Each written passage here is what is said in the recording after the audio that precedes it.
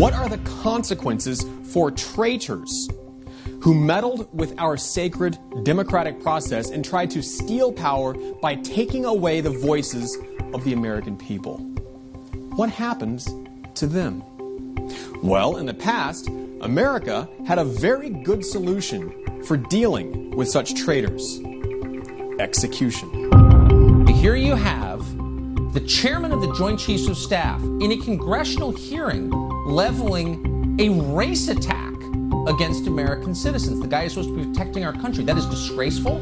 It's disqualifying. It's without precedent. When was the last time that happened? And not only is it okay to complain about it, it ought to be mandatory. We shouldn't have a chairman of the Joint Chiefs of Staff who attacks Americans based on their skin color. It's disgusting. Hey everybody, welcome to the Muckrake Podcast. I'm Jared Yates Sexton, back from vacation, everybody. Welcome. It's nice to be back. I feel rejuvenated. I feel re-energized. I'm ready to go. I'm here, as always, with Nick Hauselman. Nick, I missed your lovely face and your dulcet tones. Well, thank you so much. I missed you, although I do say it was a little bit nice to have a break and just sort of have a week to go about, other business for a little while. Well, the good thing, Nick, is that nothing happened while I was gone and the right didn't descend further into madness. But we'll discuss that here in a second. Good news, not only are we back, but today we're going to have the triumphant first overdue appearance of the one and the only P. Dominick of the Stand Up podcast. I'm really excited about that. He'll be joining us later. But we have to start, Nick. I had a vow of silence. I wasn't going to talk no matter what happened. I was going to rest. I was going to look at the ocean. I was going to read books. I was going to think about myself and the world. And I'm going to check my notes here. It looks like the right started calling for executions of traitors while I was gone. That is fact. But wait. Did you do all those things you listed? Because the tone indicated that perhaps you did not stare at the ocean. No, I did. No, I did. I totally did. I stayed very, very centered and calm, but it's impossible to not hear about the fact. And suddenly people are emailing you and they're like, hey, Jared, I know that you've been forecasting this for a while and you've been saying that this was going to happen. And now all of a sudden, Pearson Sharp, by the way, was the guy who did it on OAN. Oh, first of all, I've never heard of this dude. Second of all, that just sounds like a made up name. Yeah, actually, that's a good call.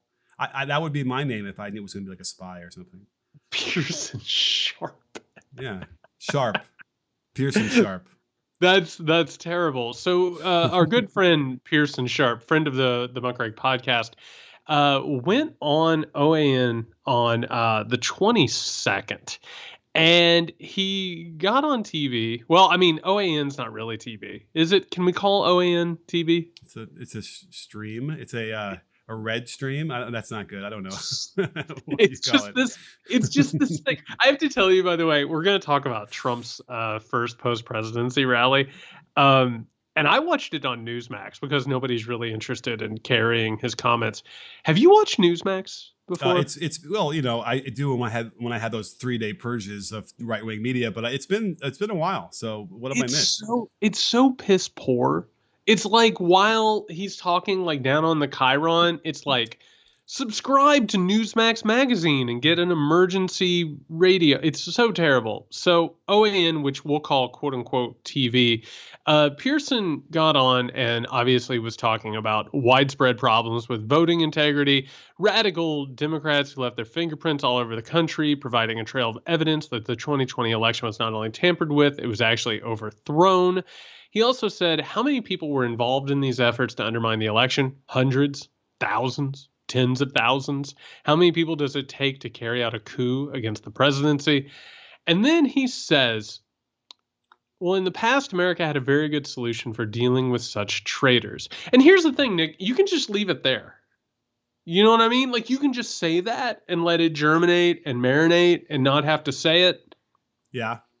But like you, who has been calling this for a while, they're not interested in wearing the mask anymore, Nick. They're not interested in hiding anything. And then he goes on and he says, executions. It's OAN. No one's listening to them, right? They're just trying to get clicks, clickbait, yada yada, right? That's all that is. They don't have any influence, do they? Does anybody? Did anybody else amplify that?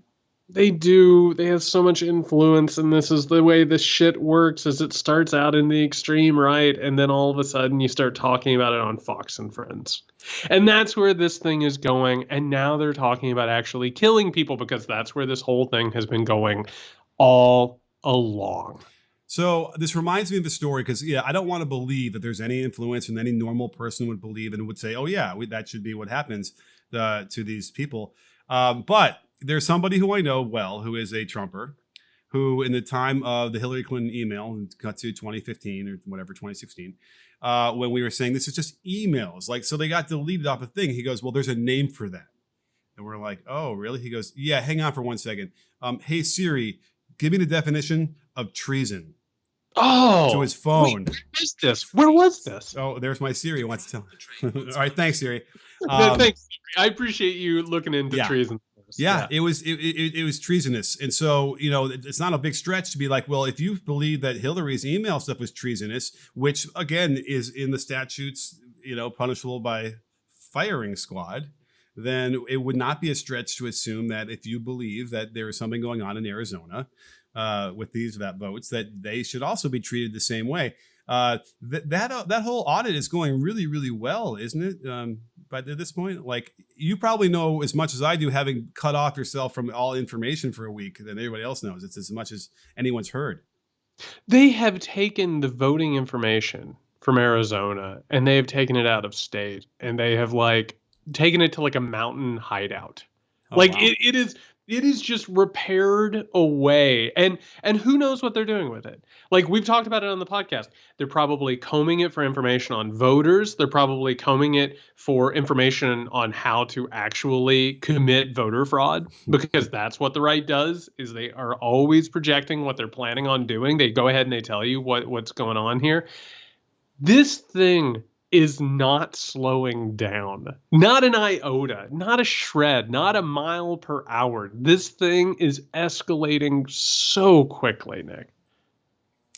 It is. It doesn't, it's funny because when you step back enough after a week or two or three, you can see the speed. I feel like day to day, it kind of is a shrug and you kind of don't want to pay attention to it as much. But yeah, you can see where we've gone since January 6th is significant, and where they've all shifted from, this is a terrible day, an attack on our democracy, even Republicans, to, we had what were they calling it?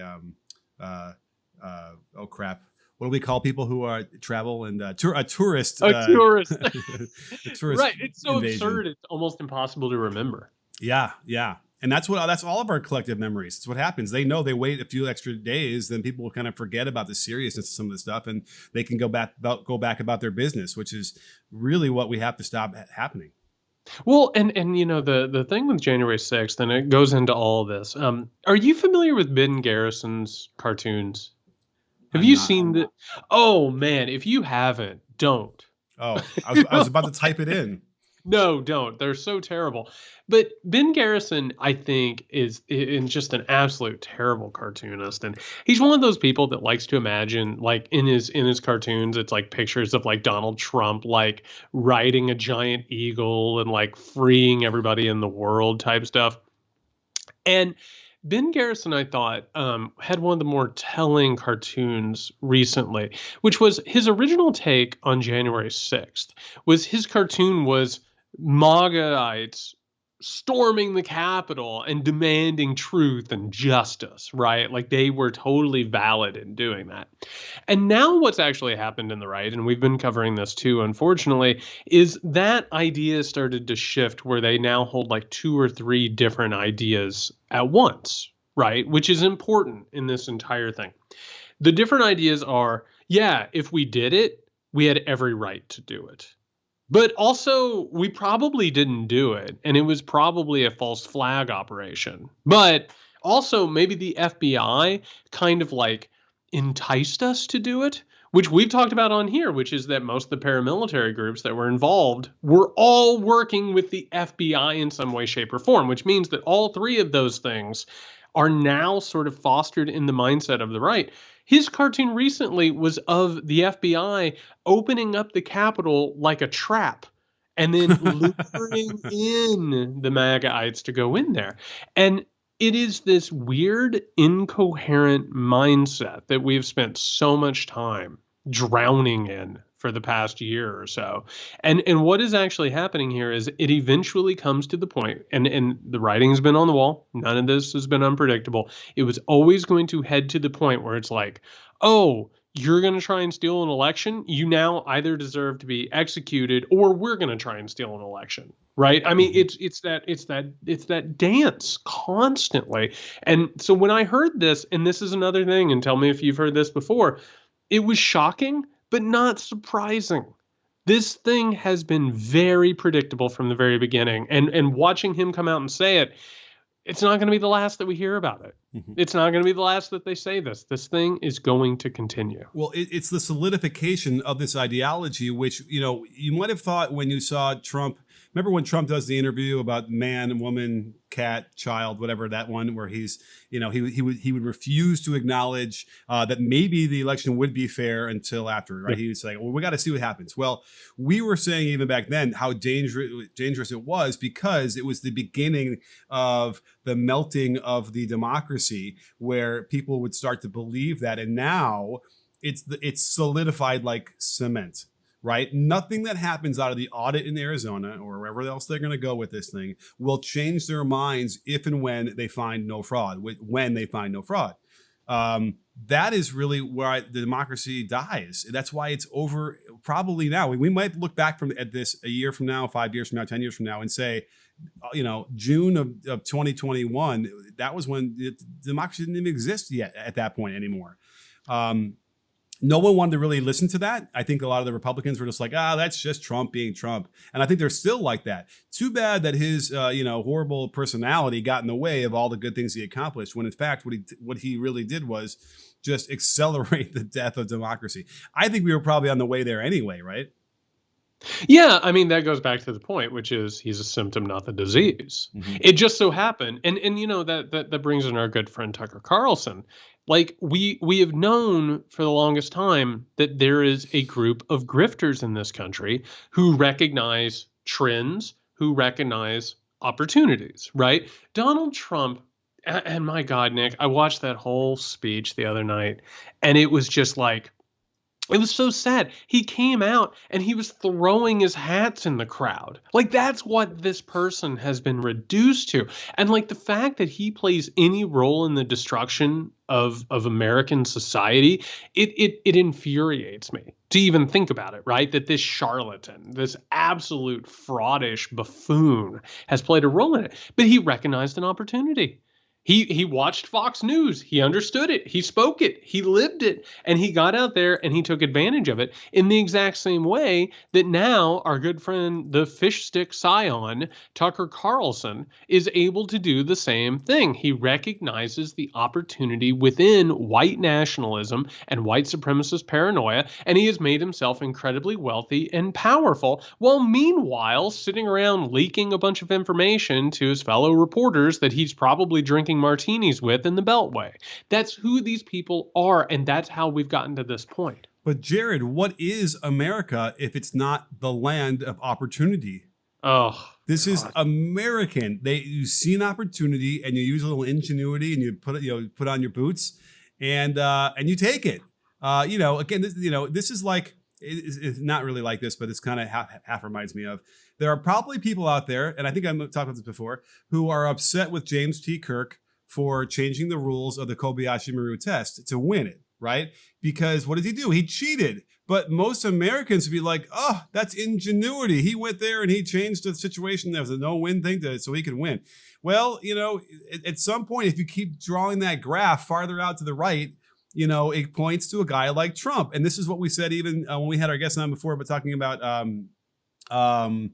capitalism. It's like capitalism ends up turning everything into shit because you have to take advantage of this stuff, right? Like there's almost no choice if you want to be like quote unquote successful. The problem with a guy like Tucker though is that he's already like so wealthy, Like, this isn't anything he had to build an empire out of to, like, No. you know, have a life and raise a family and have money to buy nice houses. He already had all that. Yes. You know, that's Well, the so thing. did Donald Trump. Donald Trump had giant jets with his name on the side. He lived in a gold-encrusted apartment. Ugh. Well, we know it was gold encrusted too. I don't want to talk about that, but nonetheless, yes. Yeah, that nobody had to do any of this. And that is the problem with both America and hypercapitalism, which is none of this is necessary. None of it.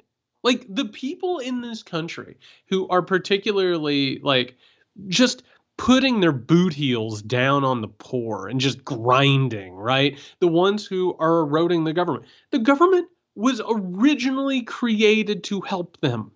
You know what I mean? They had a leg up from birth. All Donald Trump needed to do was take his inheritance and put it in a savings bond, and he'd have more money now than he has, right? He could have just lived on that and coasted on it, but it's not enough. It's the same thing with Tucker Carlson. They are infected with this American disease, which is, I have to get mine. Oh, you're telling me it's going to destroy the rest of the world? Well, later, suckers. Because you have to think about it. It's like the thing with global climate change. These people know it's real. They're not so stupid that they don't recognize facts. Donald Trump probably does not recognize facts, right? I mean, he has gotten to the point where his brain, it's basically like an old 1950s Steamboat Willie cartoon playing on repeat over and over. I have to tell you, by the way, that rally, watching him stand out there, and he is, you know, the old saying where they're like, he's lost a little bit on his fastball. Yeah. He's not throwing a fastball anymore. I mean, that guy, like, it took a lot for him to get out there. And then he was welcoming in the new generation. And I'm sure you remember this because we roughly grew up in the Saturday morning cartoon era. You remember those, like, when your beloved cartoon would welcome in the next generation? Where it was like Scooby-Doo welcoming in his new little pal Scrappy-Doo. Yeah, right. Oh, do you kids like Scrappy-Doo? Isn't he great? He's the new Scooby-Doo. And he was welcoming in Marjorie Taylor Greene, right? And of course, Mike Lindell wandered in with his pillow and was just welcomed in like crazy. And like one of his aides, who is just absolutely brain dead and running for like representative in Ohio or whatever. But it was, and they would stand back and Trump would just smile and they'd be like, "We can't wait to elect you again." And Trump's just sitting there. He's aged 5 years in the last 5 months. And it just continues and continues and continues, and it accelerates, and it's not going anywhere good. It's not going to stop. The only thing that we could take solace in is that the numbers of people who showed up was pretty low. I had seen a tweet that reported that it was worse than the Tulsa rally he tried to have that got Brad Parscale fired. Yeah, we're doing in the middle of COVID. So, that's something that could be. And by the way, can you imagine doing that and being there? I remember once working, believe it or not, in California, there was a guy that was running for, it wasn't Congress, but he was trying to do a new way of having redistricting because, by the way, at some point in the early 2000s, both sides had a great argument about why these districts were drawn so horribly. Just ask Dan Crenshaw. So I was working for a guy doing some website stuff where he was trying to, get a thing on the ballot to like change the way we do these districts. But it was like, there was no energy. He had no support, and he'd go to some of these kind of rallies, whatever, and a few people would show up, and it was like, the energy there has got to be so embarrassing. And so I can only imagine that Trump being out there, seeing how it's half full or whatever they are, there's not a lot of people there. I would only hope that it hurts, and that it gives somebody some information, which by the way, kind of also reminds me of everything's reminding me of everything today. But this notion that we have about how these lawyers that Trump had that were trying to help him, overthrow the election were so bad that they ended up being like good, right? They're only good for the country, right? Because they were so inept. And so it's almost like these rallies might be good because somehow maybe it'll start to peel some more people up and realize how much of a sham this is and how, these are no energy places where a lot of people are going. I don't know.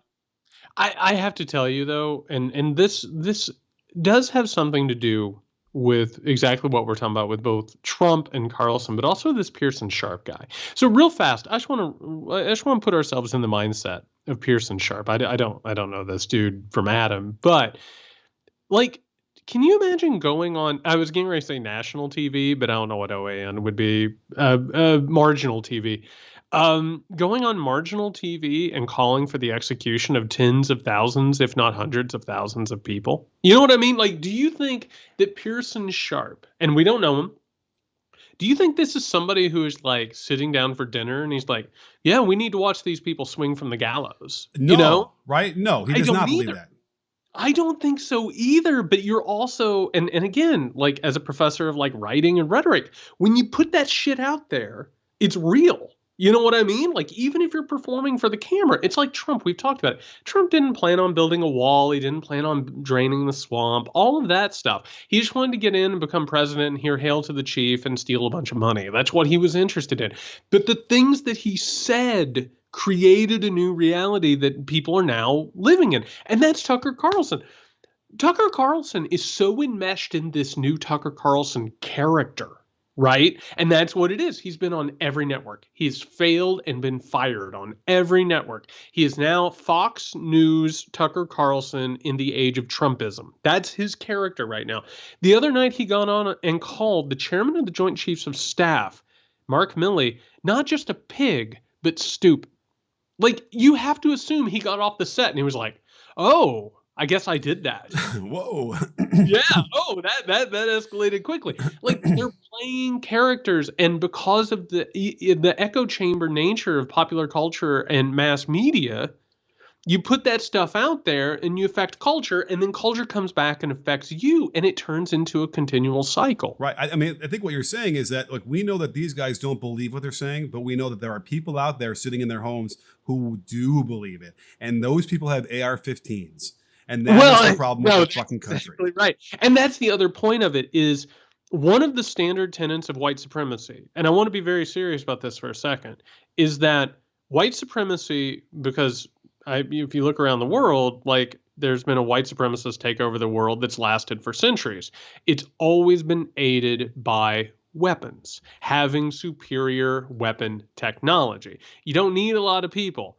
You just need big chambers in your guns. You just need big magazines in your guns. And the Republican Party, we keep talking about it, is historically unpopular. And yes, those crowds are going to dwindle, and they're going to continually grow more and more isolated. And some of them, that's only going to make them more aggressive. That's only going to make them more dangerous. And eventually what happens is exactly what you were saying, which is maybe at first you don't believe what you're saying, but if you do it enough, you end up becoming enmeshed in it, and you don't know the difference between reality and your false reality, which is Donald Trump has no idea where he's at. You know what I mean? Like, he probably does believe that the election was stolen, even though there's no evidence whatsoever that it actually was. He is living in his own pocket universe, and that's where he exists. Well, you know, the other thing about Tucker Carlson we learned this week as well was that he tends to be the source of a lot of mainstream media's information on the right-wing tidbits and information behind the scenes. And I kind of want to hear your take on that, because it's not exactly clear to me why he would do that, especially when you hear the sneering and the snide comments about CNN or MSNBC from him and from all of Fox News. Why he would slum it with, you know, New York Times and Washington Post with those guys and handing out little information, which I believe was true enough to them because he's some informant for these people. I guess they were able to give him more credence to this like whacked out story he's going to tell about how his house got attacked, and they were going to, you know, dox where he lived. And then he turned around and tried and doxed New York Times reporters who had never reported where he lived. And it is performative. Well, I'm curious as to why you think he does that. Why is he a guy who's like handing out information to these other outlets? So, you know, I don't want to come back for my first episode after my vacation and blow up too many minds. So I just want people to sit down. If you're driving, maybe pull off on the shoulder. Here's the thing. When Hulk Hogan and Macho Man Randy Savage were fighting for the WWF Championship at WrestleMania 5. When they went backstage, they were friends. No. So when they were in the ring, they were stomping their feet and then they were throwing fake punches. And then they would go out for dinner afterwards. And the whole point of this is that Tucker Carlson is part of this larger DC community where everybody knows who he is. He's worked for every major network. All of these DC types know each other very, very well. And by the way, this is a little bit of the difference, to go ahead and pull the curtain back. This is a little bit of difference between traditional left-wing and right-wing politics and what Trumpism represents. So one of the reasons that, and we talked about this back a couple of years ago, one of the reasons why Trump continued to get the absolute worst people imaginable for government is because nobody wanted to work with him. Right? It was all a bunch of like social climbers. It was a bunch of people who like were never going to get a chance to work in the White House unless they took this chance, right? Or they sucked and they just had no possibility of actually working in politics. They were the outcast. To put it in the what is it? It's the Revenge of the Nerds type stuff, right? They it was slobs versus what is that phrase? It's I don't know. From that movie? Snobs versus slobs. Oh. That's what it was, right? So like you have like the traditional DC insiders, and these are the people who like back in the day you used to hear these tales about Tip O'Neill and Ronald Reagan would hoist up a drink or do whatever. It was all a cocktail scene. It was all a big social status. And yeah, they would have their fights in Congress about things, and they would have these big passion plays. But then they would always figure it out because they agreed on economics. They just didn't agree on who could get married and, what a woman should be able to do with her body. And those things were mostly for the show of the populace. Tucker Carlson is that creature. That's where he grew up. And that's one of the reasons why watching him transform into what he's transforming into is really, really frightening, because he is a more eloquent, more accepted Donald Trump. And it just so happens he's not the outsider. He's not the glitzy, disgusting slob that Donald Trump was. And he will be welcomed into a lot of these halls of power. But what's more frightening to you? Tucker Carlson doing his BS on TV, or a guy like Bill Barr coming in and doing the exact same BS in front of fucking Congress? I know. Right? And Bill Barr's one of them too, man. Bill Barr's one of them too. And look at how much, when Bill Barr was the Attorney General, look how much he actually troubled the impartiality of the DOJ. Look how he went out and troubled the rule of law. And he went on Mark Levin's show and said we needed a theocratic government. And now all of a sudden he's like, can you believe that crazy shit? I wasn't part of that. That was nuts. Look how easy people like that are able to move in and out of this stuff. And people might have missed, but John Carl of ABC is releasing a book about Bill Barr and the whole thing with that. And they have him quoted as saying that it was all bullshit. All this, the voting fraud stuff, is bullshit. They looked into it and couldn't find any evidence. And my favorite, though, is when he calls his legal team a clown show. And he tells Trump to his face, you can't get anybody of importance to represent you because this is not representable. And you have a clown show, and it is completely making everybody look terrible. This is the problem here. And then the fact that he'd go and then like kind of get in the cahoots with Mitch McConnell to like hopefully try and convince Trump to stop saying that so that they can actually win the Senate races in Georgia just gives another layer of like credence to what Trump was saying. And that Bill Barr was clearly just a shill. Like he was not really the Attorney General. And by the way, even when you mentioned Tip O'Neill and Ronald Reagan and all stuff, that's where Bill Barr started. Yep.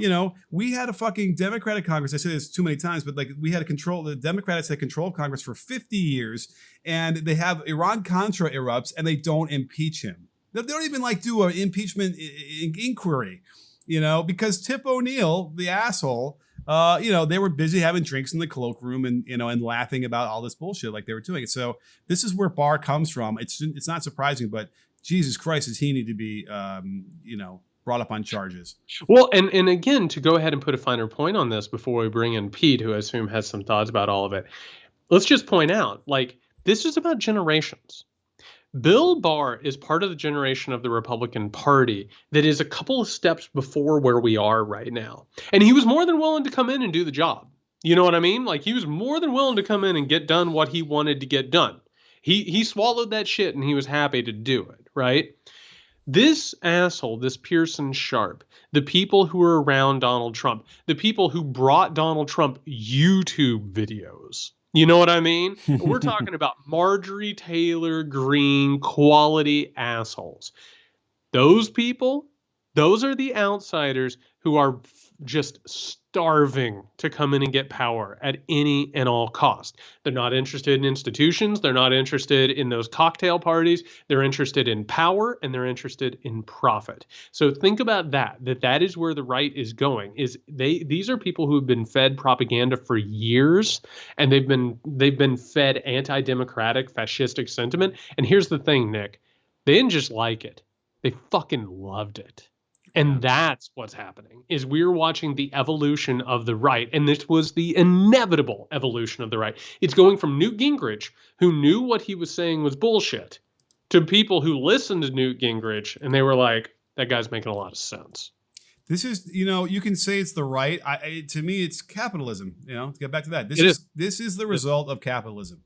It is. No matter what you do, you need to. The bottom line is always more important than anything else, and this is what they're doing, their own version of it, and it's permeated into politics. It's when you bring in religion into politics as well, to govern people. This is the, I guess. Oh no, I guess I don't. Maybe I don't like the United States anymore. Maybe they're right. Maybe I hate the United States because we could see where we are right now, and we can see where it's going, and we've been right this whole time. And that's the real concern. So we need, I guess, by the way, that is why you need to study history and know the real facts of what happened. I'll just say, Nick, and we haven't really talked about this, but it's like when we started this podcast, like we were called, reactionaries. Right. Like we were overreacting. We've gotten this whole fucking thing right. And that's the unfortunate thing, is because none of it is hidden. All you have to do is have a religious faith in quote unquote normalcy. Oh, don't worry, America will figure it out. Don't look at history. Don't worry about how these things have worked. And all of a sudden you look up one day and you're like, oh my God, I should have known. It was all right there. It was black and white. It was written on the wall. That's the issue, is the maddening part of all of this, is that none of this was unpredictable. None of this was. Here's my red line. Here's the line in the sand. Do you think that Seb Gorka has more money in his pocket now than he did before 2015? Oh, absolutely, he does. Well, and that's it. There you go. That is the indication we needed, and that's where we are.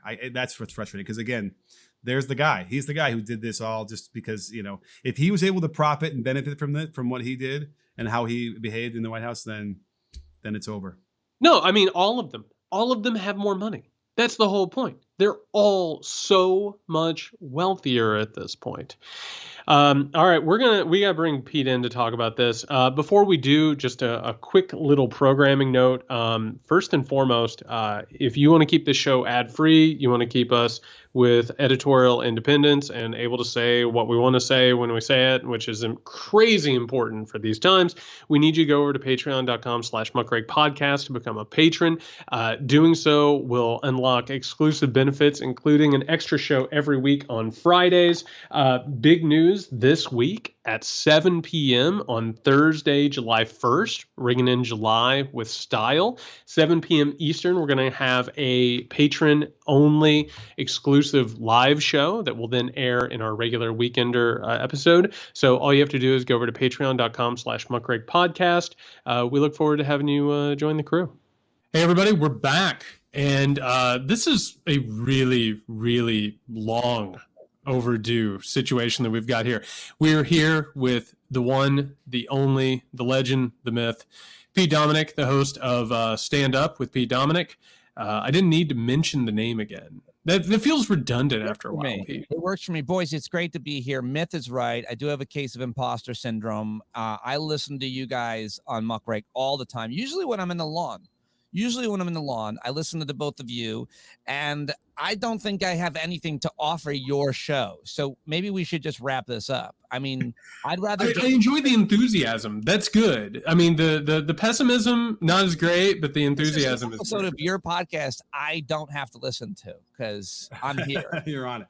Well, we got an endorsement, Jared. Maybe he's right. It's all we need. I think we're good here. Wrap it up, Thanks, boys. Guys. Bye-bye. So Pete, before you came on, we were talking. We were going over, of course, the escalation on the right. We had. I don't know if you saw this guy, Pearson Sharp, which just sounds like a completely made up fucking name, who was on OAN calling for execution of traitors. We, of course, have Donald Trump out there going after woke generals. You've been in this for a while. I don't know if people know your history with it. You've been covering politics, commenting on it for a good amount of time.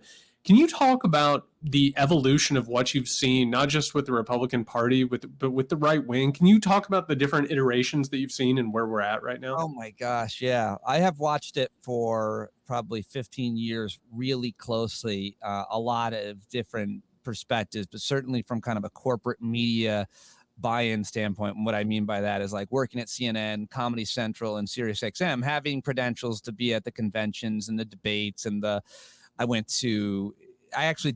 can't speak to this a bit with my perspective, not necessarily as an expert, but certainly my perspective. But I would go, I think 3 years I went to CPAC and attended, and I was a pretty well-known progressive commentator, so people saw me coming. But that was a really very interesting thing to witness because there was a lot of young Republicans there, like college-age students, and I would try to spend time around them and at the Gaylord Hotel, which is always so rich. It was just so rich. The word Gaylord is just like one of my favorite all-time words. And if you have any discomfort with your sexuality and then you go into a hotel called Gaylord or deal with that name, then you can almost watch them being uncomfortable that they're there.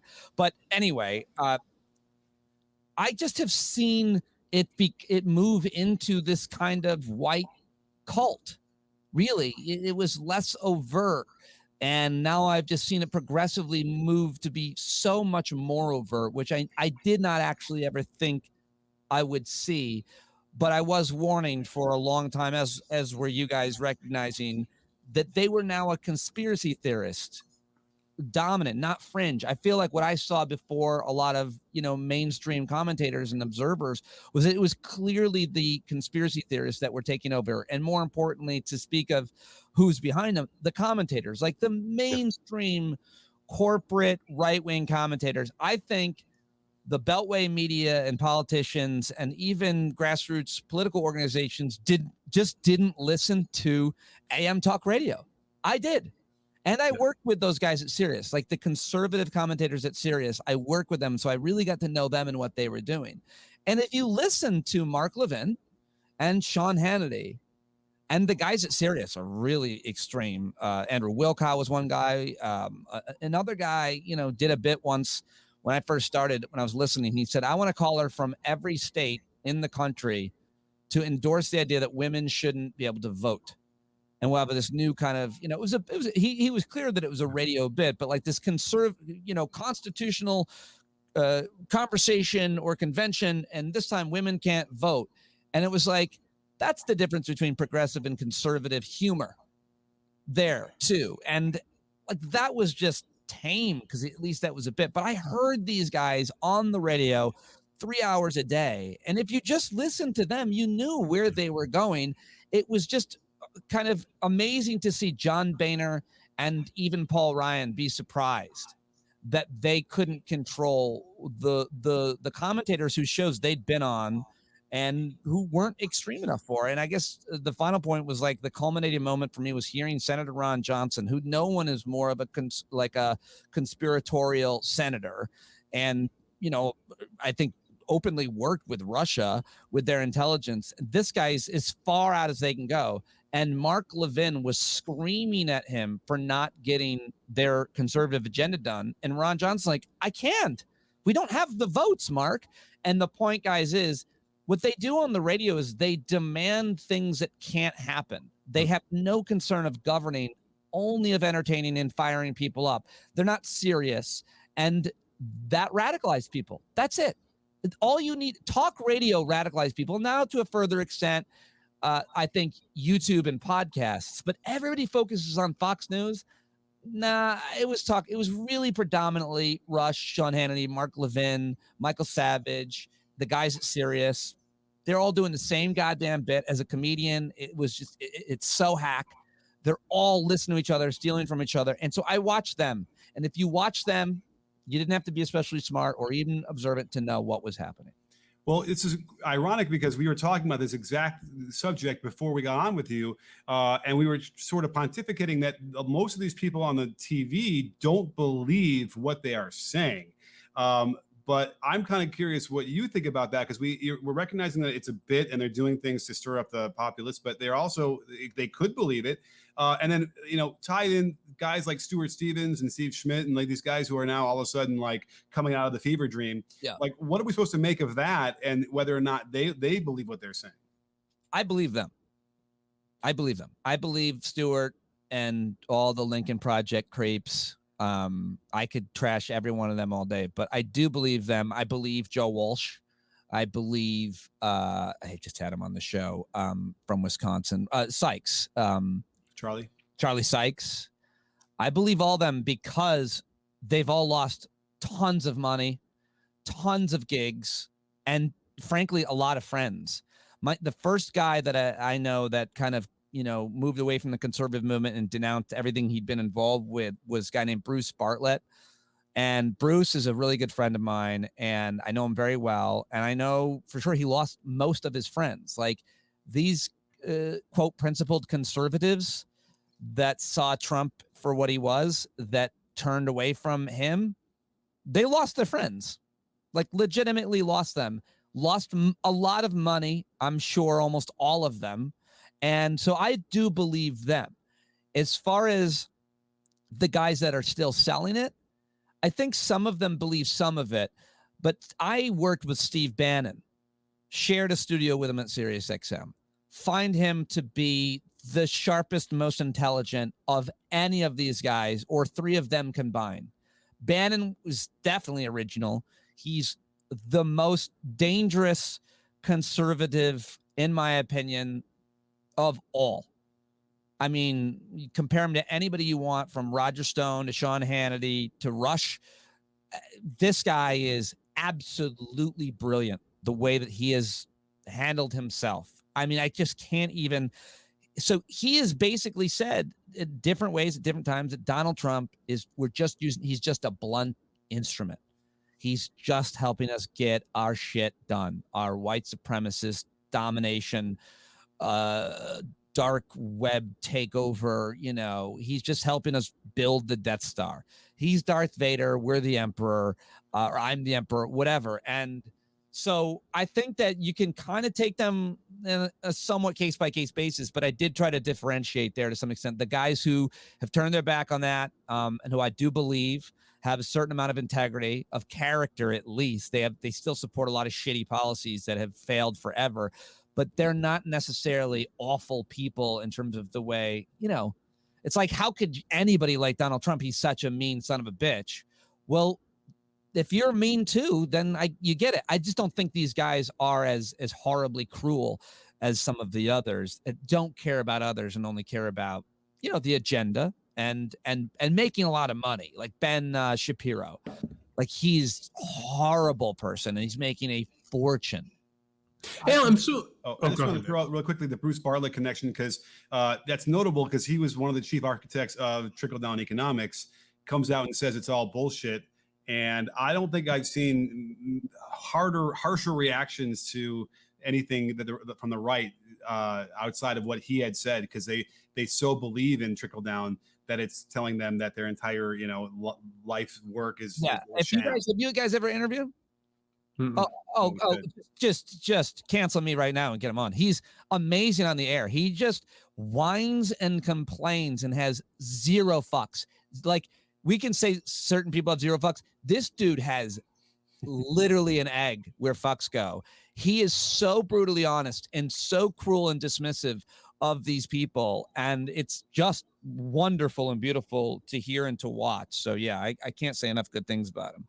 Well, I'm really glad that you talked about the sort of strata of these people, because I think you're exactly right about Steve Bannon. Steve Bannon is learned, and it's dark arts is what it is. I mean, it's neo-fascism. No, just to be clear though, like I shared a studio, like I shared space Yep. with him. I saw the way he touched and treated women, which was inappropriate. And I don't think I've ever told anybody this on the record, but I feel like people now will believe it. One time I walk in the studio and he's leaving, and he turned into a bat and flew away.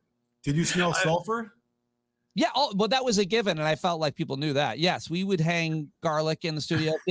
Nothing. All of the vampire things that we were none of those work. They don't work. We tried all of those. I stabbed popular culture with a wooden stake through the heart. He just kept walking. He's like, "Good to see you, Pete." Popular culture, it just lies to you about these supernatural creatures. Bannon is just an incredible sort of manipulator, and I mean, he's one of those amazing people that can tell you, I am a manipulator, and this is what I'm doing, and this is how we're doing it. I think part of me not being renewed at Sirius was that, well, part of my career progression has always been that I'm good at navigating an institution. You put me, I worked at Disney World when I was 18, and I was hired at fast food, but by the time the summer was over, I was working on production companies. You know, when I got hired at Sirius as a comedian, just doing a comedy show, I worked my way up to a 3-hour public interest show. And part of that was creating great relationships with the executives. And I did nothing but build those relationships for 10 years until they crumbled when I stood up against them rehiring Steve Bannon. And I don't mind, you know, this is probably one of the more interesting things that's ever happened in my career, and I think it's hopefully illuminating for your audience. I stood up to some executives there. It was a disagreement, but basically I said, listen, you can't have this guy be here. He's an anti-Semite. And they said, no, he's not. He supports Israel. And I explained to them how it works, how this stuff works. And they didn't hear it, but I would see his callers, guys. I would look on the screen and I would see the callers. And it was like 6 calls of just like crazy people. So you'd see him put one on the air. And the guy would say something, you know, similar to Jews run the media, Jewish people are influence, whatever he would say, something really outrageous. If it were C-SPAN, even on C-SPAN, they'd be like, thank you, sir. And they'd hang up on him. Like Steve Bannon would take those calls and say, great points. Glad you're listening. Thanks for the call. And what I would tell the executives, that's anti-Semitic. It's not overt. It's the idea of he's messaging. Yeah, I hear you. And I agree with you. And that was all day, all the time. And that stuff is not overt for a lot of people to pick up on. They don't hear it. They don't see it. I did. I saw all the time, boys. And I have to say that it's what we were talking about before we brought you on is how, you know, you'll take somebody like a Tucker Carlson who there's a lot of ideology there, but there's also a lot of grifter acting. He understands where the current is right now, right? He can go on. It's almost like Stephen Colbert with the Colbert Report, right? Being able to go on. Where I worked on staff for 6 years.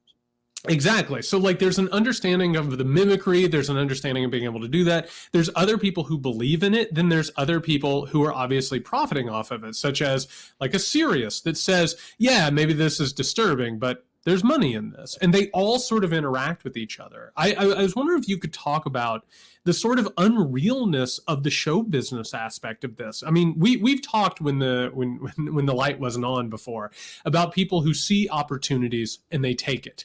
And they perform for a while, but eventually the performance becomes ingrained. Right? Eventually, your Tucker Carlson, who is a character, becomes Tucker Carlson on Fox News, the white nationalist, right? Like eventually it sort of goes in these cycles. I think that you can point to so many people in entertainment, and it's very hard. And I almost have I do have a sympathy for this, to become so powerful and then in any way let go of that and dispense of that and give that away. And I've seen a lot of my friends, you know, turn into people that I didn't even recognize because they became famous. I would name the names off the air to you guys, but not on the air because it's just like they're not evil. They just became different with all the power and how it changes them. And well, there's an unhealthiness to it sometimes. It's right? The whole idea is fucking preposterous that anybody would have this much influence. Even like, I feel like you are a guy who has to be careful yourself because there's a certain like following that you now have. Like, I believe that people have so much respect for you that if you said something that just as a test was not something you believed, I think people wouldn't question you because they really trust you. Like, I think you realize that, but I mean, you're getting to that point now where you have this following and you have so much credibility that if you went out and said something nuts that you didn't believe, people would be like, must be true. Jared Yates Sexton said it. But I will say, while we're on the subject, there is a financial incentive to go out and say something fucking nuts. Like, I think about this all the time, like sitting here looking at my phone. Like, I can go on my Twitter account right now, and I actually have every financial incentive to go on and say something radical, inflammatory, controversial, go out and start feuds, go out and be awful. Like, that is part of the problem, is this entire system is wired to preference that. Yes, but it's not a liberal or conservative, or it's more of a psychological, it's more of a conscience thing. It's at a certain point, people cross a threshold that used to, it's just simply called selling out, where I can make a lot of money doing all of these things.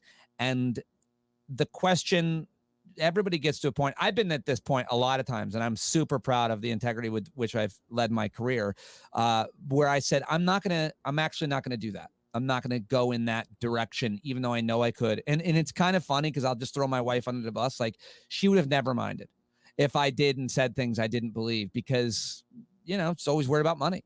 And she really always has been. We always have been. And financial security sure would be nice. And I could make a lot more if I did certain things differently. But I can't look at my kids, look in the mirror. Like, I wouldn't feel comfortable with that. The money I've never been motivated by money. Other people are, and I almost don't judge it.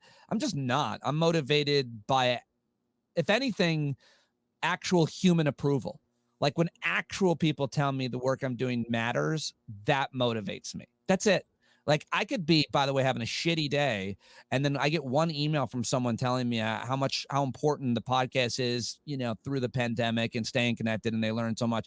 Done. Like, for the next couple days, like, I'm filled up. Like, for me, that kind of thing matters a lot more. And so I can't sell something. I can't sell something I don't believe. I can't do it. So even if I wanted to, I can't. I suck at it. I wanted to run for Congress when I left Sirius, and the 3 people who knew me best, that I trust the most, said I couldn't, and everybody else said do it. And I said, what? You know why they said I couldn't? They're like, you can't lie. You can't lie. And to a certain extent, you have to lie to get things done. You actually do in politics to a certain extent. And I would never been able to do that, I think. And I don't know if that makes me a better or worse, and it makes me certainly sound like, some noble, but I frankly can't do it. I can't. I'm too worried about what people think of me. Well, you just said something that made my ears prick up, which was you could make a lot more money if you did certain things differently. And I'm kind of curious if you want to give us an example of something. I mean, is it like more titillating, or are we just talking about what you say? Well, there's a lot of different answers. I hosted a show at CNN for 8 weeks. And at the end of the 8 weeks, they said, we want to continue with this show, but we don't have a budget for it. And I was like, what does that mean? And like, what that means in corporate media speak is there's no money for you or the 6 people that were slaving away, doing extra work. And I was like, well, then I can't do it. There are many people that work for free on television and radio. And I have had a lot of serious arguments with those people. I've called them out, always privately, and said, you're ruining it for all of us because you're just going out and doing everything for free. So, like, working for free is a thing a lot of people do that I wouldn't do. And at the same time, doing a certain type of gig and interviewing. When I was at SiriusXM, I did have a lot of, I will say, they gave me a lot of bandwidth and control. And I said no to Harvey Weinstein. I said no to several other guests that they wanted me to have on. And they would have been great for me, but I wouldn't do it. And that was the case with a lot of different guests. And then just the idea of working nonstop everywhere you can. Who is it like we make fun of the most? I guess he's not in politics. Like James Corden, he's doing all the gigs. He's got all the gigs. Like, let somebody else have a gig. To me, being with my family and having the balance was more important. So some people don't even see their kids. They just do. Sean Hannity does 3 hours of radio every day and an hour of TV. That guy probably, He works crazy amount of hours. So there's a lot of different ways to describe it, but I just didn't want to be this guy who was always out there needing to be heard and on every platform and trying to dominate and looking, I don't know if that answers, Nick, your question perfectly, but there's just many different ways to sell out and exploit yourself and do things and sell things. So many of these guys sell shit that, nobody needs it. They don't even like the stuff, Right. believe in it. So, Well, you don't need to enhance your manhood anymore, Pete. Like, well, don't we all? I say that, and you say manhood, and I literally, the last email I sent was to an ad firm saying I will in fact advertise once a month for meat in a box on my podcast. Awesome. Meat in a box, boys. Hey, well, listen, I cannot criticize anybody for doing that. On my basketball side, I'm a shill for anything. In fact, Adam and Eve is coming up. I have to decide if I want to do an ad for that. But what we're talking about here, Well, I did turn down, I turned down Christian Mingle ads. I'm serious. I said I won't go on, and I turned down oil ads. Like I said, I won't go on the air with my name on that. And if I won't, I'll quit before I sell a Christian, an anti-gay. That was specifically a dating site that, was only for Christian people and was very anti-gay. So there are certain things that I did. But what we're talking about here, I think, not just in terms of advertisements, but also in terms of politics, what we're actually talking about is trying to live in a society that is sort of buttressed by a system of economics that is completely predicated on taking advantage of the worst instincts of a human. I mean, I'm doing this project right now with the new book, and I'm studying all of the original sort of engineers of capitalism, and they're like, oh, human beings are terrible. They're just the most selfish, god-awful creatures you could ever imagine. We have to create a system that takes advantage of that. And that is not conducive to healthy behavior, but it's also not conducive to society at large. It's not conducive to politics. It's not conducive to making the world a livable, sustainable place, right, Pete? Yeah, I mean, before anybody knew what capitalism or what money was, we lived as tribes. And I guess we fought the other tribe, but it was over, a buffalo or we could have evolved from that tribal living into something that was far more equitable. And, let's be honest, certain countries and societies have done that, and certainly more than America. But I mean, that idea of that's very American. It's just very, very American. And we learned that, I think, through the pandemic of, I learned it, frankly, about this country through the 3 years I covered the healthcare fight. I covered that extensively with healthcare experts all the time. And, I also heard from callers all the time. And so I learned then that Americans don't really care about each other unless they know each other personally, but we definitely don't care about strangers. And we learned it even more specifically and acutely with the pandemic. It's like just the mask thing and the vaccine thing. It's like, and just the idea of, following the rules. People close to me didn't want to follow the rules and didn't. And it was morally offensive, but that's like a lot of other societies and cultures do it better. And so I do think, I'm not going to say it's uniquely American, and there's some truth to what those, capitalists said, but only because they fed us the meat that it took, only because they create the Hunger Games. Of course, we're going to act like animals because you're holding on to all of the resources and we want to survive. So, I mean, you can lead human beings that way, but you can lead them in so many other different directions that I think have worked out really very well. So, I think that economics is a really fascinating conversation to have, but it's always got to be had with, I think people have to start with their economics argument with, wait, what do you morally believe about resources? How much do you think people should have? Do you believe in that? Now my threshold, boys, is, do you believe that one person should have $1 billion? You do? Well, then we probably can't have any kind of meeting of the minds. I have a question because I have a sort of quaint notion that what you're describing as far as Americans not really caring about each other, if there's a genesis of it in the modern era, to me, it was when W runs for president and says this surplus money that we have, which could go to some of the most amazing programs and help people, it's your money. You should have it back. I'm going to pay you for your vote, basically is what he said. And I kind of feel like that became ground zero because it drags us through the debate about healthcare, and it kind of takes us through even the housing crisis as well in a way that I like to have an antiquated notion that perhaps before that we maybe did care a little bit about each other, but I could be completely wrong.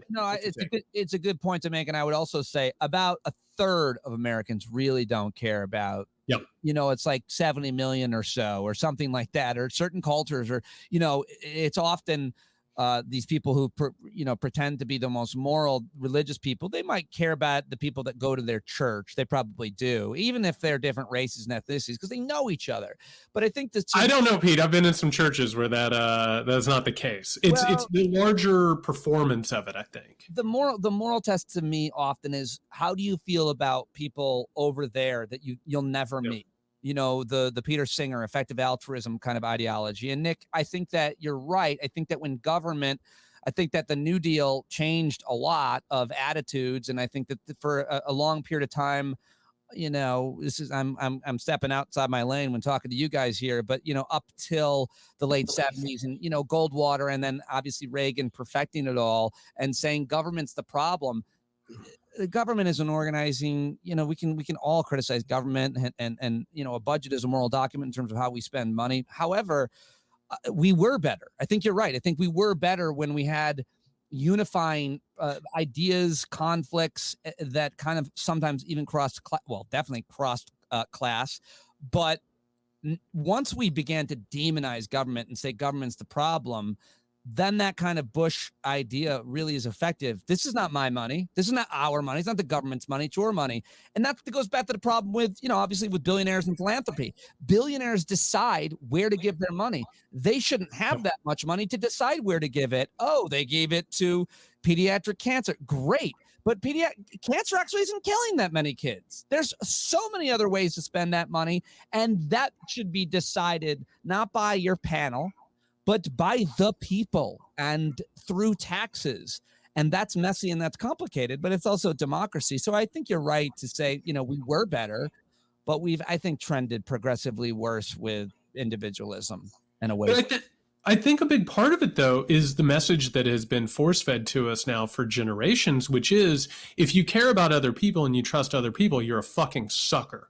And all you're doing is you're basically opening yourself up to be screwed over, whether or not it's through welfare queens or whether it's through, Democrats who are telling you one thing. They're talking about being empathetic, but they're actually trying to take over power. It's been turned into like a game theory type thing, which I actually think that Donald Trump personified more than anybody else, which he basically came out and said this entire thing is a game.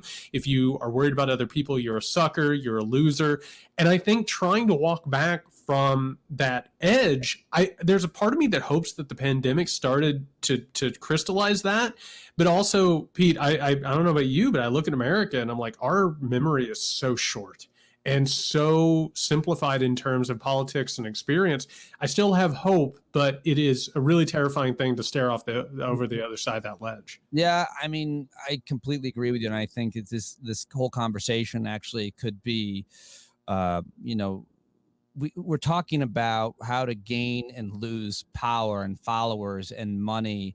And I think that it's so easy to make money, win elections, and get followers by owning other people. And so if we leave out the religious right, fascists, the Trumpers, if we just talk about progressives, what I see happening within the progressive movement is a similar type of tribalism, a similar type of purity, a similar type, like I'm really fascinated to watch the smartest black folks I know argue with each other about messaging, about policy, and me sitting back going, I think this black person is right and this black person is more wrong, but then also trying to say, you guys are also burning each other down. And let me leave it out of race and just talk about then white guys, like the dirty progressive left. And like this saying, like I just had a long argument with a good friend on the record for my podcast, Paul Rykoff, who's, former executive director of the premier veterans organization of his generation. We disagree on a lot, and we had a long disagreement, and I can't wait to disagree with him again. And it didn't end ugly. I wasn't trying to own him. I definitely was trying to win that argument. I worry that there's not enough of that anymore. And it's because of how, I don't want to say algorithms, but because of how your podcast, your YouTube show, your cable news show gains followers, and then how elections are won through dividing people. Like, I just talked to Ian Haney Lopez. Have you guys ever talked to him? Just this idea of for years and years, generations, just the wealthy destroying all of us by they, like he says, basically, they're not racist. They care less. They just use racism to destroy, to drive a wedge between everybody and to get lower taxes and to get the kind of policies that they want. They use it expertly. Well, I think it's the natural offshoot and evolution of austerity. You get to the point where there's not enough money and enough there is enough money and there are enough resources, but it's been so dammed up and bottled up that you end up getting to the point where you're like, we only have a limited number of resources. How do we distribute them? And then the next thing that you have is puritanical warfare. And it ends up becoming, who do we trust, who deserves it? And you end up having a loss of empathy. I had a question last night on Bourbon Talk, and somebody asked me, do I think that every Trump supporter in the country is lost? And I know that they're not, because I have to tell you, prior to 2003 in the lead up to the Iraq War, I was on a trajectory to become eventually a Trumper. You know what I mean? If 20 years would have passed and I wouldn't have had the people in my life and read the books and done the research, I very well could have been at one of those rallies, not investigating it, but being a part of it. So no, I don't think people are lost, but I think there's like an empathy left there, and it's about a lot of division of resources. I would disagree with a small gradation, meaning I would say I think a lot of them are lost, and and it's a cult. If you think about I agree with that. I think some of them, we could get back. Some of them we could get back, but I think a lot of them are lost and never to come back. Like, that's what happens with cults. Like, you never get them back. I mean, ask a family member if anybody's and that's what, the Trumpism is, a cult. And I don't know what you guys, let me ask you guys, what do you think of talking to Trump supporters anywhere and trying to not win an argument, just ask them questions? I mean, I just saw this. I think he does great work. The Irish reporter at CNN that goes to all these Trump rallies, or even Jordan Klepper of The Daily Show. You obviously went to a lot of those, Jared, but do you think I played a montage of the Q&A by the CNN reporter at the Trump rally on Saturday night on my podcast, because I think it's important to hear them. And I think it's important to hear them to the point of what you're saying is that a lot of them are cult. They're just cults. There's no amount of any kind of reason or argument or morality that you could appeal to. They're in this. I think there's two ways to answer that. One, I think that it's important to listen to them to understand the incoherence, right? To see where the inconsistencies are and to understand like where this mindset is all jumbled up and where it's cult-like. I think the problem is that for years now, they've been using these people as entertainment. It's like a day at the zoo. Go and look at what the animals are doing, right? Like, listen to the insane bullshit that they're saying and laugh at it, call them stupid. And then, by the way, get back on social media and say, I hope they all die of COVID. Right? Like there's that lack of humanity. I think we can listen to them. I'm guilty of both those things. So go ahead. Yeah. And that's the thing is I think social media prioritizes that. I think it basically says this. I got rightly criticized for retweeting. Comedians sometimes say things that are offensive, but that are worded really, really funny. And Twitter is not stand up. And so I retweeted my friend JL Covan, who's the best impersonator in the country, I think, but he's also very funny. He tweeted this weekend. He goes, there's a Trump rally in Ohio on Saturday night. I hope the keynote speaker is the Delta variant. And I don't actually wish death on people, but I thought it was a funny worded joke. Like, the Delta variant can't be a keynote speaker. So I didn't really, it's just a funny wording, but I've had a lot of moments and gotten to a lot of points where I'm just like, these people, I do dehumanize them to a certain point in my mind, if I'm being honest. And so, I think I have work to do, because my truth is I want to be compassionate to the people I despise, am afraid of, and hate the most. I want to find compassion. And the truth is I have struggled to find it throughout the last, few years. Well, I look at it like what kind of Jared said, like you go to a museum and you're going to observe, or like watching a nature show. And it's like, we're observing Trumpus erectus in the wild and let's see what they say. It's like, that's the morbid curiosity for me, which then leads me to have a question for you, Pete, which is how do you think that stand-up has changed in the midst of all of this in the last like 5 or 6 years even? I think that the assholes are getting their due. Like, most stand-up comedians are awful people. I'm on the record saying that. Shouldn't generalize about people in any job, but stand-up, it kind of lends itself to it. And I've seen over my career, and this hasn't helped me either, a lot of men treat women horribly. And I've been in the middle of some of those, trying to do the right thing. And that's pervasive. It's like people sometimes give certain respect and ideas of nobility to certain jobs for the wrong reasons. And stand-up comedy would be one, and the military would be another. Like, we sit here and talk about the military like they're so great, and I'm always happy to have a nuanced conversation, but there's an epidemic of sexual assault in the military. It is horrific. And so I'm not going to fall for a few good men. Like, there's a ton of rape. It's like really horrible. And trying to get any kind of recourse of justice is a nightmare. And so back to stand-up, Nick, a lot of guys are shitty and they can't understand why they're getting their comeuppance.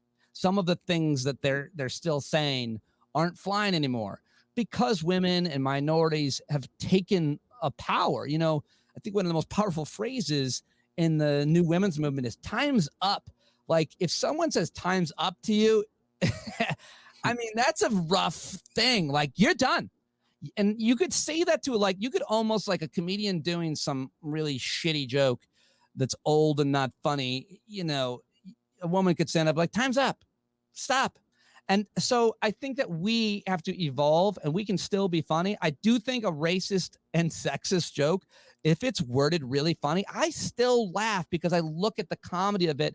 And I know a lot of women and minorities that do as well. So before I do, it's like this idea of the structure of the joke and separate it maybe from the person doing it and so on. What are the intentions there?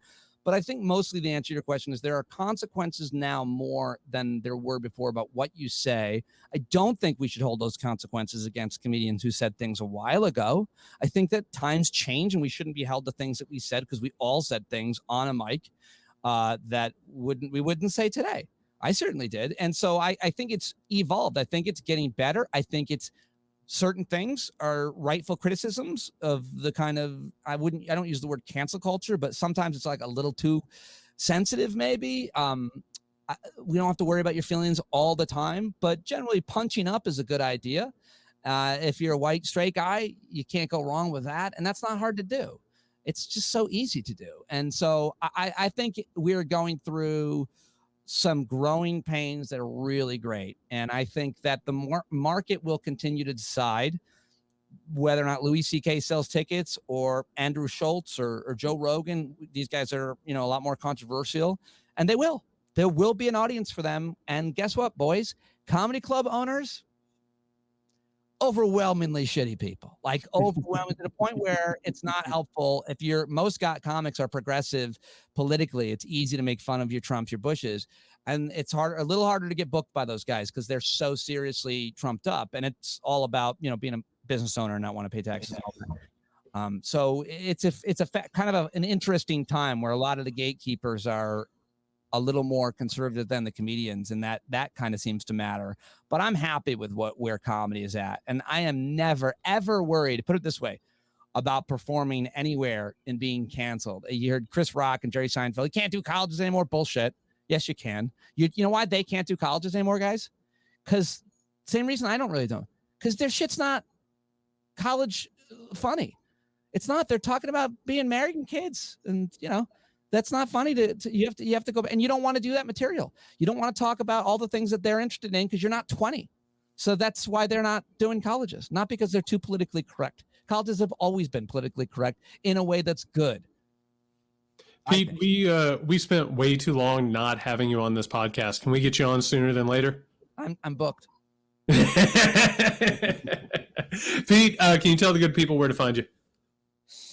I love to talk to you guys. I love listening to this podcast. It's one that I rarely miss an episode of. And I'm psyched you guys are out there doing this together and that it's expanding and growing. And I love promoting each other. So yeah, folks want to listen, Stand Up with Pete Dominick. It's daily.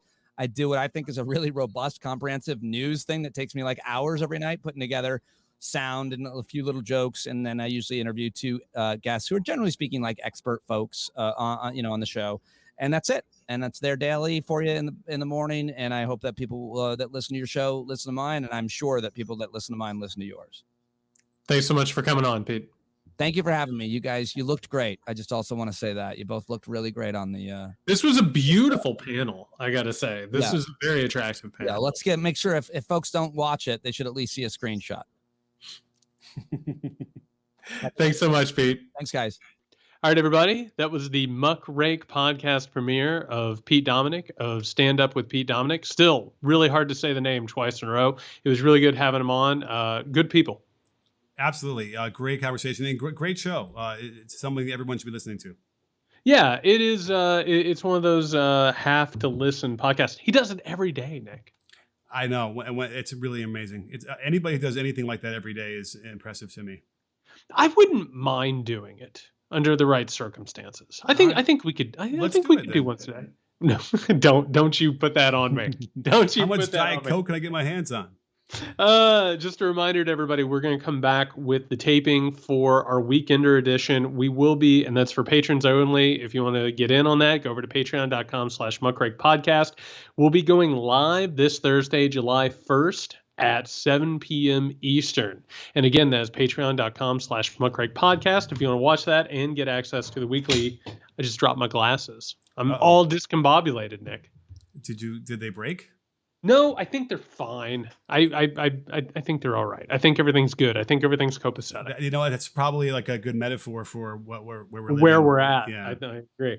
All right, everybody. So hopefully we'll see you Thursday night at 7 p.m. Eastern, July 1st. And again, that's patreon.com/muckrakepodcast. If you need us until then, you can find Nick at Can You Hear Me SMH. You can find me at JY Sexton. My God, everyone, stay safe.